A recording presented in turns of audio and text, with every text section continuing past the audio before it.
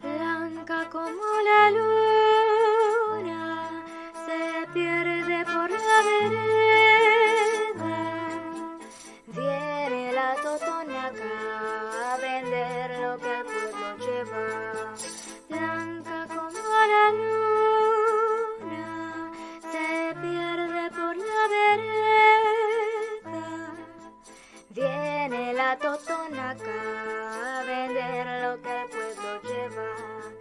En su rostro moreno hay huellas de raza mía. Canta totonaquita, linda princesa mía. Kate kumali, tukustaya kin kumali, pakshashana lakshupi. Y así va la totonaca con rumbo a Cachiquí. En su rostro moreno hay huellas de raza mía. Canta totonaquita, linda princesa mía. Kate kumali, tukustaya kin kumali, pakshashanat lakshupi. Y así va la totonaca con rumbo a Cachiquí. Kachali kumali, kachali Dios kali.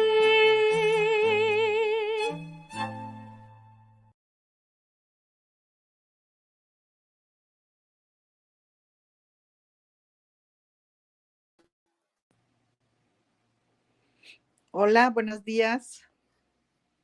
Hola, hola, buenos días, doctora, ¿cómo está? ¿Cómo se encuentra el día de hoy? Pues muy contenta de estar una vez más cerca de Tuxpan, con Tuxpan. No, pues estamos todos encantados de tenerla a usted en este evento maravilloso. Estamos felices de que a pesar de que no podamos estar presentes y que no podamos estarnos viendo en este momento, estamos disfrutando de un evento maravilloso. Y pues bueno, sin más preámbulo, por favor, permítame presentarla a todo nuestro auditorio para que nos comparta esta maravillosa conferencia que ha preparado el día de hoy para los usuarios de Arte y Cultura de Tuxpan, Asociación Civil. Así que bueno, pues comenzamos. Ella es la doctora Filiberta Gómez Cruz. Ella es doctora en Historia Contemporánea por la Universidad del País España, investigadora de tiempo completo, Instituto de Investigaciones Histórico-Sociales de la Universidad Veracruzana, profesora titular de las experiencias educativas Veracruz Social y Económico, Colonia y Siglo XIX y Veracruz Contemporáneo Siglo XX en la Facultad de Historia. Los temas de investigación que aborda son grupos de poder portuarios, población huasteca veracruzana y los circuitos interiores en el periodo colonial tardío y el siglo XIX. Entre sus principales distinciones encontramos la medalla Gonzalo Aguirre Beltrán en el centenario de su natalicio, 16 de junio de 2008, otorgada por el gobierno de Beltrán. Además, por la investigación histórica sobre la población del norte veracruzano. Desde marzo del 2010 le fue entregado el 13º Premio Banamex Atanasio G. Saravia de Historia Regional Mexicana 2008-2009 por la tesis doctoral defendida en la Universidad del País Vasco titulada Circuitos mercantiles y grupos de poder portuarios, Tuxpan y Tampico en la primera mitad del siglo XIX. Ella es miembro del Sistema Nacional de Investigadores Nivel 1 y tiene un reconocimiento de perfil deseable del Programa de Mejoramiento del Profesorado PROMEP 2020-2021. Muchísimas gracias. Y comenzamos con su ponencia. Vamos a transmitir, si nos ha hecho favor de compartir y por favor, adelante, el micrófono es todo suyo. Gracias. Buenas tardes a todos.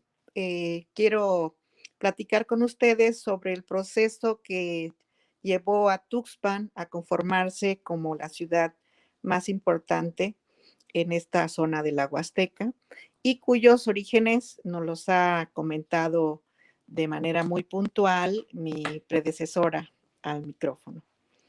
Eh, las imágenes que verán son eh, un trabajo de recopilación que cuando fui en el 2014 a dar una conferencia, me regaló en un USB el señor Raúl Serrayonga, al que le estoy muy agradecida. Y quiero darle el crédito de este trabajo. Para todos los tuspeños, muchas de las imágenes son conocidas. ¿Quién no puede recordar a estas barcazas cruzando el famoso río? Por favor, vayan pasando las diapositivas sin detenerse. Esta imagen nos representa uno de los pensamientos que le han dado a Tuxpan difusión sobre qué de bello resaltar de estas tierras. Y entonces se le ha llamado Tuxpan de los bellos atardeceres. Y también está situado en un naranjal, que es una de las actividades económicas más importantes de la zona para el siglo XX, por supuesto. Adelante. Bueno, continuamos con una vista del puerto, ya es del siglo XIX también. Adelante, por favor. Muchos recuerdan ese hospital. Bueno, finalmente yo quisiera decirles que aunque es obvio para los que están en ese entorno, es bueno recordar cómo se fue desarrollando en esa parte de la costa un emplazamiento, un asentamiento que daría lugar a lo que hoy es Tuxpan. Las primeras indicaciones nos vienen en el padrón de población que se levantó cuando estaba de virrey un hombre de apellido Revilla Gijedo, y se levantaron en 1790 a 1795 más o menos. Esos censos se hicieron para toda la población y resulta que el núcleo habitacional importante no era Tuxpan, sino Tamiagua. Ahí había emplazamiento de un grupo de milicianos muy fuerte que se habían reproducido gracias a que en 1650 le habían comprado al rey una merced para pescar. Sin embargo, en Tuxpan no se registra en este de 1790 la presencia de solo 80 personas, todos ellos mulatos de profesión aserradores. Digamos que a partir ya de ese momento es un venero de maderas preciosas que va a salir hacia otras latitudes y que van a usar sobre todo las embarcaciones de contrabandistas, de piratas, que se van a refugiar en esos surgideros de la costa como es Tuxpan para ese momento, y no hay registrada población española en ese instante. Poco después van a ir cambiando las circunstancias. Adelante con pueden ir moviendo las diapositivas, tranquilos. El caso es que vamos a hablar ya de una sociedad que se va a desarrollar en un pueblo tuxpeño, propiamente el antecedente de Tuxpan, a principios del siglo XIX. O sea, Tuxpan es una ciudad que nace, cuyos orígenes se fundan en el siglo XIX ya como tal, como una ciudad de importancia. ¿Cómo es que va a poder despegarse en los aspectos económicos esta sociedad? Bueno, va a ser utilizando lo que tiene en sus alrededores, que van a ser el río naturalmente, las maderas y el comercio. Ese comercio va a hacer que pronto se encuentre beneficiado porque se ensolva la entrada por la laguna de Tamiagua y entonces empieza a accederse por el puerto de Tuxpan. Es un puerto interior, está a 11 kilómetros de la costa, ustedes lo saben mejor que yo, y ahí se empiezan a sentar algunos funcionarios coloniales. El administrador de rentas, sobre todo, que va a estar muy interesado en cobrarle impuestos a los comerciantes que van acercándose ahí. Va a ser un momento en que esta ciudad, este pueblo va a fundarse como villa hacia 1830, gracias a servicios que le dan a Santana. Lo reciben ahí cuando se dio el intento de reconquista de México por parte de España, y en pago se le nombra villa. La villa empieza a albergar, a recibir inmigrantes extranjeros, sobre todo españoles, algunos franceses, y todos van a encontrar como el punto más importante el comercio que va a vincular el mar con toda la zona interior de la Huasteca, a vincularse hacia Tampico, a vincularse hacia Papantla, hacia Nautla, por supuesto, el Tecolutla, y hacia el puerto de Veracruz. Este siglo XIX va a tener hacia mediados una población de 2.500 habitantes. Fagés lo menciona hacia 1855. Es bueno recordar que todavía hacia esos momentos Tuxpan pertenecía al estado de Puebla, y va a ser hasta 1853 que el propio Santana, el 1 de diciembre, va a anexarlo a Veracruz. Hasta ese momento, entonces, el estado veracruzano va a tener ya un corredor de norte, desde el Pánuco hasta el sur, hasta el Tonalá, como el territorio veracruzano. Bueno, ¿qué van a hacer? Para empezar, estos grupos de comerciantes van a adquirir tierras, van a organizarse, por supuesto, en haciendas, en grandes propiedades, y estas haciendas se van a responder ya hacia el momento del porfiriato, hacia la última mitad, el último tercio del siglo XIX, de 1877 a 1910, que se ubica el periodo. Van a desarrollarse incluso algunas empresas, ya no solo cultivos comerciales, sobre todo frutas, chicle, recolección de vainilla, de miel, la ganadería, por supuesto, la panela, y se van a hacer pequeñas empresas de elaboración de cigarros, productos de ixtle y zapupe, las relacionadas con el cultivo de la caña, abundante en la región, y la producción de aguardiente, panela y azúcar mascabado, por el alto consumo de estos productos en la propia Huasteca. La siguiente. Bueno, vamos a identificar la extracción de, sobre todo, de productos como el chicle.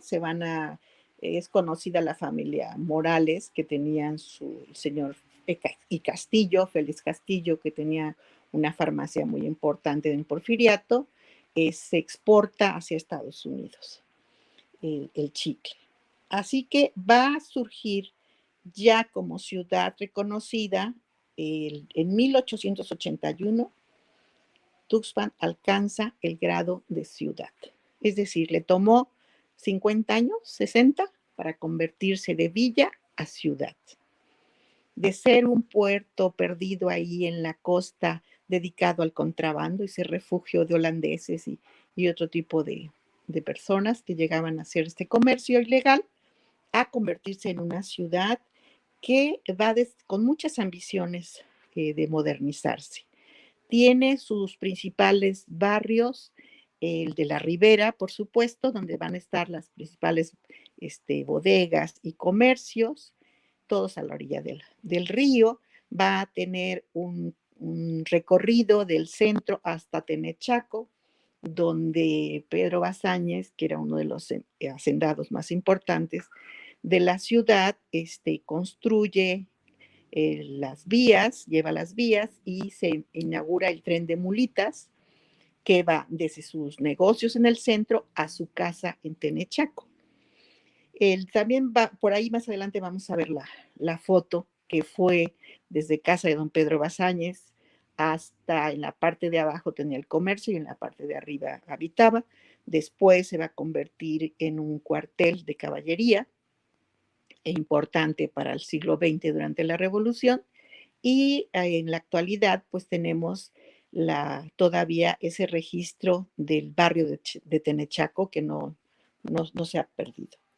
En el Porfiriato se van a construir los hospitales, las escuelas, vamos a tener ese aspecto moderno en la construcción, donde tenemos para ese momento, es una determinación del Congreso Veracruzano, que en cada cabecera cantonal, los cantones se forman en 1857 y desaparecen hasta 1917 con la Constitución, que son territorios administrativos más grandes que un municipio. Van a albergar a varios municipios. Para ese momento, el cantón de Tuxpan incluye Tamiagua y los diversos pueblos pequeños que están en sus alrededores. Para 1902, o sea, todavía estamos en el Porfiriato, donde ya podemos hablar de esa ciudad moderna, con escuela, hospital, cuartel, mercado importante y sobre todo una zona comercial grande, donde ya se habla de 221 negociaciones de engorda de ganado, algunos dedicados a la producción de ganado de cría, es decir, becerros y quesos, que desde hace mucho tiempo son importantes en la Huasteca.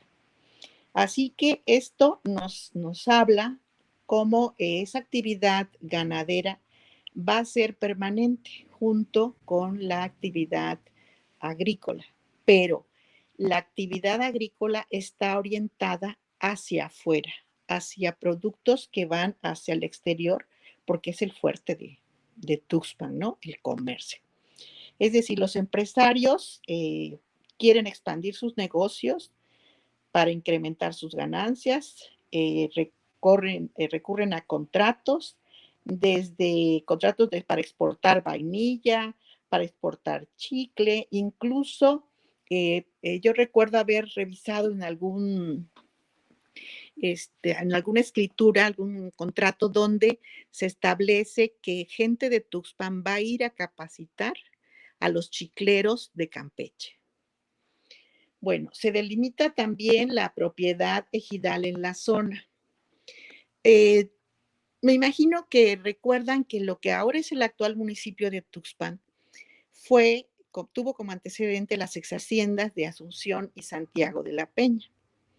Algunos le llamaban de cabellos blancos, ¿no? Estas eran propiedad de la marquesa de Uruapan en la colonia. Para la independencia pasan a ser propiedad de Guadalupe Victoria, él se las vende a otras personas y finalmente termina por ser el centro de lo que ahora es Tuxpan. Las adquiere el pueblo de Tuxpan en condueñazgo en 1846 y al centro de esas haciendas es donde se va a desarrollar la ciudad. Así que este condueñazgo que se fundó para adquirir esas haciendas en 1846 se va a disolver en 1897. Así que llegamos al siglo XX ya con propiedades particulares. Se empieza por el triunfo de la Revolución, la lucha por los ejidos y se van a formar algunos. Bueno, la que sigue, por favor. Sí, tenemos aquí un ejemplo de los negociantes, de los comerciantes importantes. Don Pedro Salicrup, esta es sus bodegas que están en la orilla y es una imagen de 1906 donde está deseando feliz Navidad a sus clientes, ¿no? Adelante. A pesar, pues, de que las élites se ven reveladas por el cambio generacional, surgen nuevos tuspeños de segunda, tercera generación, continúan interesados en mantener la dinámica mercantil en la zona y ya tenemos también importantes haciendas, una alta concentración de tierras. Hay algunas que llegan a tener, bueno, no como el centro o Sotavento, ¿no? Pero para Tuxpan, pues una propiedad de 10,000 hectáreas, pues sí es bastante. En el cantón de Chicontepec había en total, por ejemplo, 196 comercios en 1902, donde un 38% más o menos eran tienditas, un 24% eran fábricas de aguardiente, un 17% era de engorda de ganado y el 21% eran tiendas de abarrotes, curtiderías, pulquerías, acopio de frutas, lencerías, una zapatería, una mercería, una ferretería y 2 billares. Es decir, hay una notable diferencia entre la ciudad de Chicontepec, que va a convertirse en ciudad hasta 1910. En Tantoyuca, hacia el 86, el 56% de sus negociaciones son, son carpinterías, el 6%, 56 son de azúcar, el 8% zapaterías, el 3% talabarterías. Esto, el porcentaje restante se distribuye en sastrerías, elaboración de jabones, recuerden que se hacen con la grasa de los cerdos, hornos de cal, que es también importante para el mismo puerto, y las panaderías. Así que el cantón de Tantoyuca también, la ciudad, se va a convertir hasta 1910, va a tomar esa categoría. La siguiente. Haciendo entonces la comparación entre Tuxpan, Chicontepec, Tantoyuca, nos faltaría Usuluama, que había sido importante en la colonia, había sido un centro con misión franciscana grande, pero su principal problema era la escasez de agua. Sigue dedicándose fundamentalmente a la ganadería y también va a adquirir el título de ciudad en 1910. ¿Y saben por qué? Porque fue parte de las acciones que hizo Porfirio Díaz para festejar el centenario de la independencia. Y entonces se les dio el título de ciudad por decreto a todas aquellas que no lo eran a partir de 1910. No fue el caso de Tuxpan, como podemos recordar, que desde 30 años antes obtuvo esa categoría por méritos propios. Bueno, ¿qué comercios había en Usuluama? El 50% de lo que había eran tienditas, el 26% dedicados a la engorda de ganado, el 6% tiendas de abarrotes un poco más grandes y había 45 de ellas dedicadas a curtir pieles de ganado. El 14% eran 8 fábricas de aguardiente, 4 cantinas, 3 lencerías, 2 billares, 2 fondas, 2 tiendas mixtas, una herrería, una mercería, una fábrica de gaseosas y otra de cigarros, una botica, un café y una cobrería. Es decir, sí tenemos algo de artesanos de clases medias que ya tienen un mayor ingreso y que sus gustos se van haciendo cada vez más urbanos. Al interior, pues, de la Huasteca, las actividades económicas se organizan con una lógica regional. Tuxpan exporta, es el centro mercantil, ahí llegan los grandes volúmenes, se acopian y se exportan hacia el interior de México, hacia el mercado nacional o hacia Tampico o hacia Veracruz para ir camino al extranjero. Las otras ciudades son de hecho satélites de lo que es Tuxpan. Se dedican más a, sobre todo, la cuestión de la caña, se depende muchísimo y ya detallé a qué se dedicaban los menos. La que sigue, por favor. Entonces, el sector dueño del comercio, o sea, ¿quiénes son los personajes que van a impulsar este desarrollo, que van a guiar, son los que van a decir, bueno, vamos a hacer tal empresa y por tanto la gente se va a buscar empleo en ellas? Se incrementa el transporte de cabotaje. Se convierte, ustedes pueden recordar que el asfalto se va a atender en México a partir de 1934, 35. ¿Y qué pasa? Pues que tenemos lo que había sido la ventaja de Tuxpan en el siglo XIX y que la lleva a convertirse en ciudad, en el 20 se convierte en un pequeño problema. Está el asfalto, pero llega hasta la ribera contraria de Tuxpan, o sea, hasta Santiago, digamos. Y hay que adaptarse a ese hecho.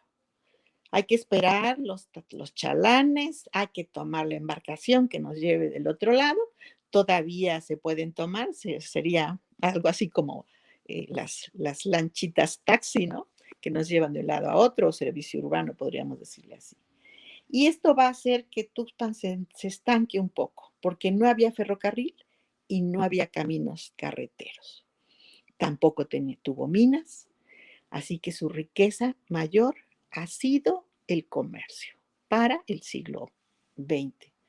No obstante, fue Tuxpan la menos aislada de las ciudades y villas en la Huasteca veracruzana, debido a que siempre fue posible la conexión con el mercado externo por vía marítima, en donde la navegación de cabotaje mantuvo constante el vínculo con Tampico y Veracruz, lo que favoreció las iniciativas relacionadas con la demanda de chicle, maderas, producción de vainilla, de cueros de res, de productos de zapupe y jarciería.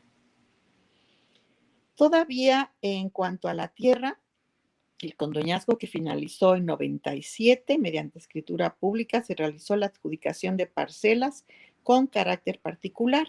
¿Esto qué trajo? Pues una natural concentración de la tenencia de la tierra. La gente era dueña, no tenía la protección de ser tierras ejidales, que no se podían vender, ni transferir, ni enajenar. Pero al ser todas estas parcelas de propiedad particular, pues se fueron vendiendo y acumulando en unas cuantas manos. Así que vamos a tener a un grupo de pudientes de la zona, anclados en la propiedad de la tierra y en el comercio. Así que la siguiente, por favor. La élite tuxpeña fue para esos momentos, ya para fines del 19, principios del 20, poseedora de un capital acumulado por la vía del comercio y por la concentración de la tierra, y eso fue haciendo que se dieran otras fuentes también de capitales, como la acumulación de bienes urbanos, es decir, la compra de casas, de edificios, y eso atrajo, ese éxito mercantil hizo que se establecieran tanto escritorios públicos, tanto espacios de crédito. Se va a establecer ahí una agencia del Banco Mercantil de Veracruz con capital español fundamentalmente. También tenemos otra del Banco de Tamaulipas, porque durante el porfiriato era posible que la existencia de bancos particulares. Y estos bancos, además, podían emitir sus propios billetes. Y dependiendo del capital y la fuerza de los propietarios, por ejemplo, del Banco Mercantil, que era el más poderoso, eso era el valor de su billete.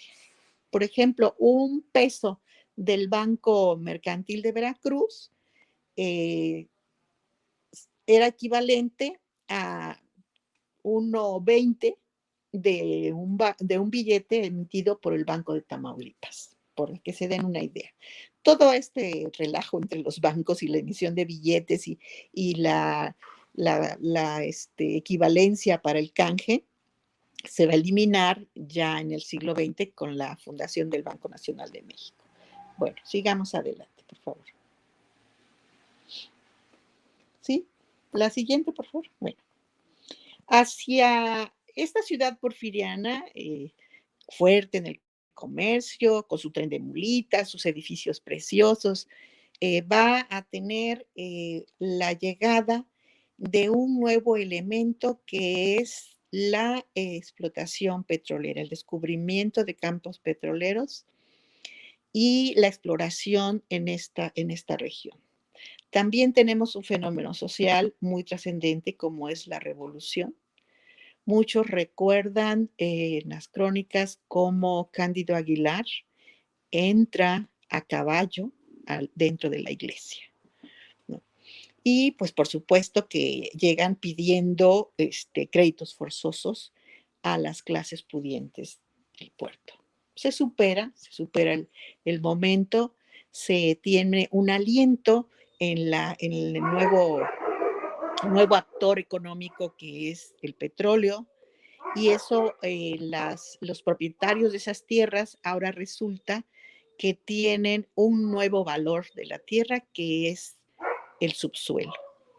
Así que se van a fundar compañías petroleras, y la ciudad va a tener algunos beneficios. Por ejemplo, ya para 1921 tiene luz eléctrica. Tiene un espacio donde llegan los primeros aviones que van a pagar a la gente que está trabajando en los campos petroleros, y aventaban las bolsas de oro porque se les pagaba en oro. Bueno, en cuanto al movimiento de capital, pues es importante. Aquí está una foto del tren de mulitas. Me gustó mucho porque es muy nítida. Yo la había visto en litografías, pero aquí miren qué lujo, ¿no? Ya tener su muy ecológico el transporte. La siguiente, esto es con la llegada del petróleo, es en el 18. O sea, la foto anterior habla de 1880 y esta ya de 1918, donde llegan los primeros vehículos, pues por la lluvia de dinero, de oro, que deja el oro negro, ¿no? El puente de Tenechaco, bueno, la ciudad ha permanecido a través del tiempo y de las calamidades. Es importante recordar que el puerto, la ciudad ha sido inundada varias veces, o sea, esa bendición que es el río también trae su contraparte, y aquí se ve cómo el agua está a la altura del puente de Tenechaco. Atrás se ve la casa que fue de don Pedro Bazanes. Es la casa de las Palomas. Parece ser que fue de la familia Mabarak, que fue una casa preciosa. Ahora ya está con unos colores medio extraños, pero ahí sigue en el puerto, dando testimonio de la grandeza de Tuxpan como ciudad moderna y más importante del norte de Veracruz, en tiempos cuando no existía ni siquiera en sueños Poza Rica. Poza Rica se va a crear hasta 1932 con el descubrimiento del pozo tan grande que se da ahí. Esta sería mi participación, y si tienen alguna pregunta o algún comentario, con mucho gusto. Gracias. Muchísimas gracias. Hola, Fili, te saludo. Hola. Agradeciéndote infinitamente tu participación en este festival, como siempre. Yo estaba mencionando que tú eres autora de estos maravillosos libros. Sí. Mucha gente quiere que se vuelva a reimprimir. Se hizo en la época de Dante, y tú fuiste colaboradora con el maestro Leopoldo Alafita Méndez. Sí, escribimos el ensayo histórico y además hicimos la recuperación de fotografías antiguas. Y levantamos más de 2,500 fotografías. No, qué bueno. Y no nos llevamos ningún original. Lo que hicimos fue tomar la foto ahí. Era de moda el escáner. Ya esa tecnología. Fue en el 91, o sea, ya llovió, ¿no? Bastante. Exactamente. Oye, Fili, yo no tengo el otro libro tuyo, pero está también, que es del 2012. Y con este te ganaste un premio, ¿verdad? El premio Atanasio Sarabia de mejor tesis regional, de historia regional en México. Y tuve Ok. un gran honor. Fíjate que cuando me dieron el premio Atanasio G. Sarabia, concursó conmigo en el nivel de licenciatura un alumno mío y también obtuvo el premio.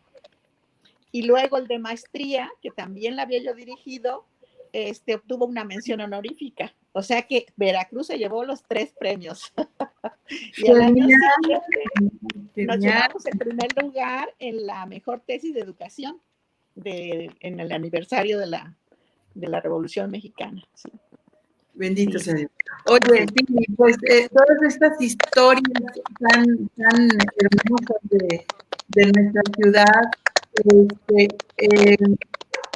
de alguna manera tenemos que entenderlas porque ¿qué pasa cuando nosotros no rescatamos la historia? Sí, cuéntanos, ¿qué es lo que sucede en un pueblo o por qué es tan importante el rescate histórico? O sea, tener en cuenta lo que sucedió en un pasado. ¿Qué sería, para ti, por qué sería importante esto? Bueno, la historia fundamentalmente lo que hace es fortalecer nuestra identidad, o sea, nuestro nexo con la tierra donde nacemos, la que nos da la lengua madre, ¿no? La lengua materna, y junto con nuestra lengua viene la cultura. Vienen nuestras tradiciones, y eso nos permite conservar esa identidad, ese territorio y esa manera de enfrentar los problemas. Por ejemplo, si nosotros decimos ahora, ay, estamos aburridos de estar encerrados, llevamos ya 8 meses o no sé cuánto, hemos tenido que ser creativos y buscar otras maneras para mantenernos activos. Y una fuente de poder es revisar qué hicieron los que nos precedieron ante las calamidades. Por ejemplo, durante la influenza conocida como influenza española, en 1918, en Tuxpan hubo muchísimos muertos. Se habla de más de 3,000, 4,000 muertos. Y era súper contagiosa. Y nos llegó por el mar. Y como en el siglo XIX, por ejemplo, la epidemia del cólera representó para Veracruz también una pérdida enorme en vidas y también nos llegó por el mar, así que, y esa para más entró por Tampico, así que nos afectó directamente a lo que es Tuxpan. Entonces, la historia siempre te da alternativas, siempre te da ejemplos. Quizá, y nada es del todo negativo, o sea, qué nos trae de nuevo la pandemia o los desastres, ¿no? Sí se pierden vidas, se pierden cuestiones materiales, pero también en las tierras que están en las cercanías, pues esa tierra de aluvión es más fértil. Ahorita con la pandemia disminuyó el número de vehículos y no sé si lo han notado, pero hay más aves en las ciudades porque no los molestamos, ¿no? Y hay muchas otras cosas que podemos rescatar y ampliar, ¿no? Tenemos también el tiempo, la oportunidad para leer. No tenemos que andar corriendo. Yo al menos ahora me rinde más el día, porque en lugar de perder 1 hora de traslado de la casa de ustedes a la facultad donde doy clases, me hago 40 minutos. Y ahora me ahorro esos 40 minutos, me conecto y ya estoy platicando con mis alumnos, ¿no? Entonces, también hay que considerar lo bueno y lo malo de las cosas. Claro, mira, acá nos pregunta Marju Sánchez Santiago, dice que cómo a ver, habla sobre, dice, se puede decir que por estado teníamos una situación parecida al cambio de moneda internacional. O sea, estaba hablando de lo que tú mencionabas de las monedas. De los bancos, sí.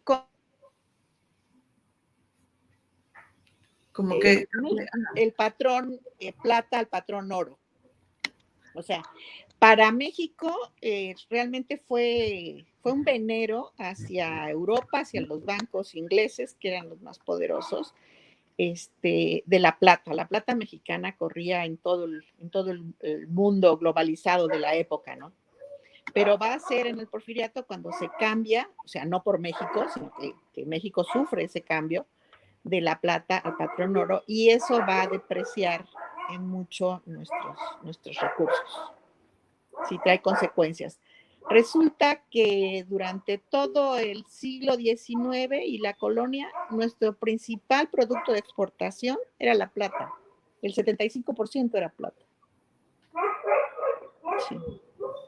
Ok, bueno, entonces acá te mandan muchos saludos, preguntan de los libros, preguntan que si hay una foto de la panga, sí, yo sí he visto fotos de la panga, y, Sí. y dice que esa foto que tienes del tranvía de mulitas es única, porque de veras que no existen, ¿eh? Soy una que está medio borrosa. Sí, cómo no, sí, por ahí voy a buscar más, porque el señor Raúl Serrallonga me dio un USB con 250 fotografías. Ahora, muchas son de las que yo rescaté, ¿sí? Pero muchas otras no. Entonces, hay un sitio en internet que se llama algo así de Amigos de Tucson, una cosa así, donde están las fotografías, hay muchas fotografías. Claro, tiene